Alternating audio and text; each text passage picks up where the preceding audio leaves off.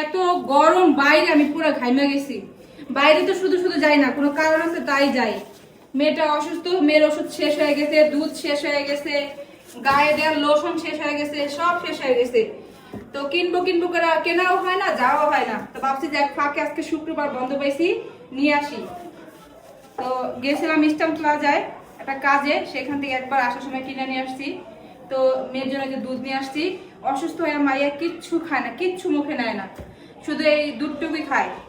আর এখানে এই যে একটা লোশন নিয়ে আসছি, এই যে কোরমে একটা লোশন নিয়ে আসছি। আমার জন্য একটা সিরাম নিলাম আর কি, এটা নতুন, আমি কখনো ব্যবহার করি নাই। যেখান থেকে কিনি কসমেটিক্স, ওই ভাইয়া বলছে এটা অনেক ভালো, আপনি নিয়ে দেখতে পারেন।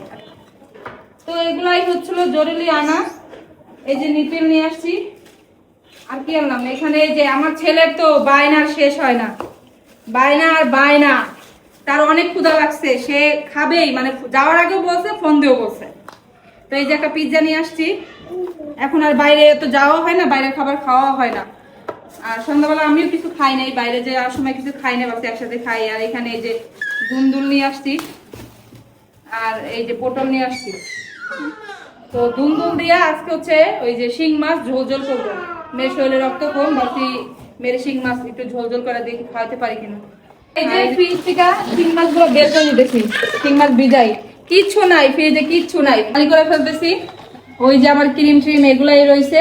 আর এই যে শুধু শিং মাছ, একটু মুরগি আর কই মাছ আছে। ঈদের আগে ফ্রিজটা ধুয়ে ফেলবো, তো এগুলো শেষ করে খাইয়ে তারপর হচ্ছে ঈদের আগে টুকটাক কিছু কিনবো। আর যদি আল্লাহ সামর্থ্য দেয় কুরবানি দিব। এই এখন ওগুলা ভিজায় নেই, তো শিং মাছগুলো ভিজাইয়া তারপর হচ্ছে ওগুলা গুছাই। শিং মাছগুলো ঘষা লাগবে, সময়ের অভাবে ঘষতে পারি নাই। এখন এতে ঘষা রান্না করতে হবে, ভিজায় রেখা বাদ বাকি কাজগুলো করি। তো এই যে শিং মাছগুলো কাইটা ধুয়ে পরিষ্কার করে নিছি। এখন এই যে এখানে মশলা কষাইতেছি, মশলার ভিতরে মাছগুলো দিয়ে দিব। মাছগুলো কষায় রান্না করব, শিং মাছ কষায় রান্না করলেই মজা লাগে। তো এই যে মশলার ভিতরে দিয়ে দিলাম মাছগুলা, এখন ঢেকে দেই। মানে দুন্দুল আর আলু কাইটা নিছি, প্রথম খাইতেছি দুন্দুল দিয়ে শিং মাছ, আমি জানি না কেমন হয়। কেউ যদি খাইয়া থাকেন অবশ্যই জানাবেন কমেন্টে।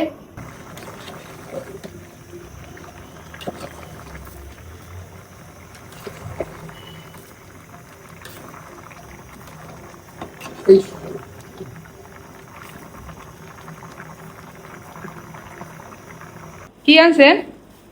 এই যে লিচু আছে, লিচু লিচু অনেক বড়। কত কয়টা আছে লিচু? 50টা। এটা তোমার হলো কি জানো, এটা 400 টাকা শ।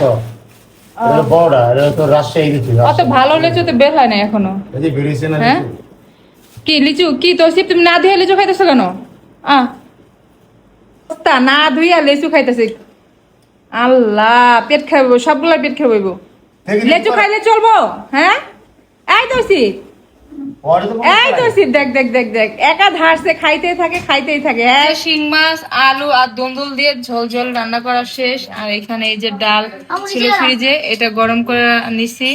আর এখানে ভাত, আজকে বেশি কিছু রান্না করি নাই কারণ মেয়ে অসুস্থ তাই।